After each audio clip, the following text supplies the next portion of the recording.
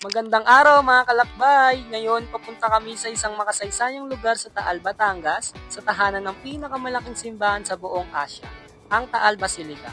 Pero bago ang lahat, andito kami sa Roxas Boulevard at alam nyo ba ang baywalk na ito ay bahagi ng master plan ng mga Amerikano noong 1900s para gawing modernong lungsod ang Maynila at planado itong maging kasing ganda ng mga Bay Area sa Europe. Touchdown, Tagaytay! Ang lamig! Let's go! Alam nyo, itong Tagaytay, ito ay isa sa mga pinakapaboritong pasyalan dito sa Luzon dahil sa magandang klima, tanawin at pagkain, lalo na yung bulalo. Kaya guys, itry nyo na dito. Napakasarap.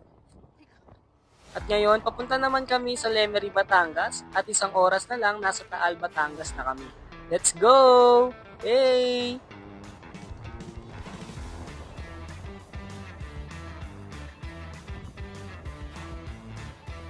Uy, Fantasy World!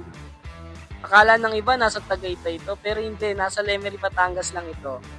Pero alam nyo ba, ito ay sinimulan ng isang Japanese businessman noong early 2000s na gustong gumawa ng sarili niyang Disneyland dito sa Pilipinas. Pero hindi ito natapos, kaya naging isang ghost theme park na lang ito.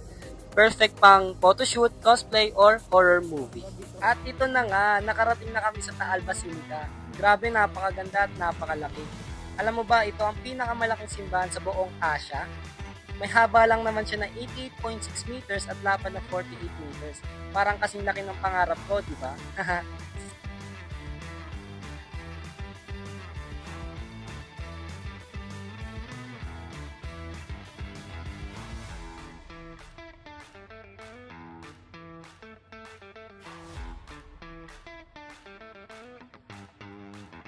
Tara, pasukin naman natin ito.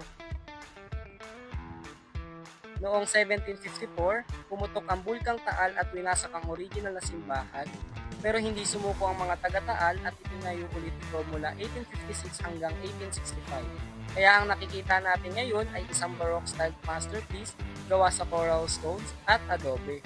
Tignan mo yung mga ceiling, yung altar, yung mga haligi. Wow, o diba? Pang movie set. O diba, grabe itong experience na to. Hindi lang ito simbahan, isa itong local heritage site.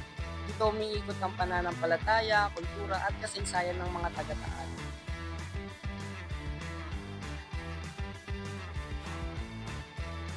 Pero alam nyo ba, itong Taal Basilica, yung minor basilica is since 1954 at siya ang may pinakamalaking kampana sa buong Pilipinas at sentro ng kultura, pananampalataya at kasaysayan. Kaya kung pupunta kayo rito, isama nyo yung mga jowa nyo. Kasi sabi nila kapag nag-date daw kayo rito, kayo na daw pang habang buhay. Eme lang. Ewan ko, sabi lang nila aray ko. Pero alam nyo, sa bawat daang nadaanan ko dito, lalo kong napagtanto na ang Pilipinas ay napakaganda. Lalo na yung mga lalawigan, napakabuhay na buhay. At may sariling kwento. At sa bawat yapak ko sa sahig ng simbahan, ramdam ko ang bigat ng kasaysayan. Kaya ang pagbisita ko rito ay hindi lang lakbay turismo, kundi isang paglalakbay sa ating pagkakakilanlan bilang Pilipino. Hanggang sa susunod na lakwatsa, ako si Mark Gabriel M. Gomez at ito ang Lakbay Kasaysayan. Maraming salamat po.